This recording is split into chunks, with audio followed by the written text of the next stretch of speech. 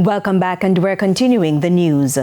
A one-year-old baby and a Canadian visitor are among 4 people killed in various road crashes at the weekend. 3 of the 4 deaths were people on motorcycles, prompting another call from the National Road Safety Council for more focus to be placed on bike riders. 65-year-old Janice Stewart was a pillion on this bike ridden by her 70-year-old husband in Treasure Beach, St. Elizabeth, Saturday afternoon.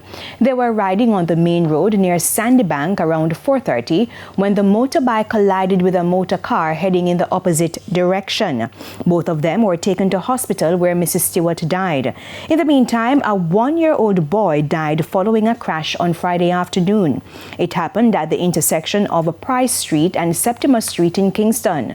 And over in Westmoreland, 2 motorcyclists aged 24 and 37 were killed in a crash on the Bowen Main Road.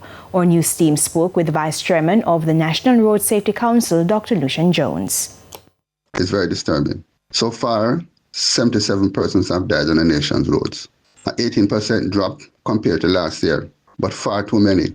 We are not doing well in road safety, and not as well as what is happening with homicides. There has been a welcome drop in the number of people murdered in this country, 30%. We need to have the same kind of concerted effort in road safety.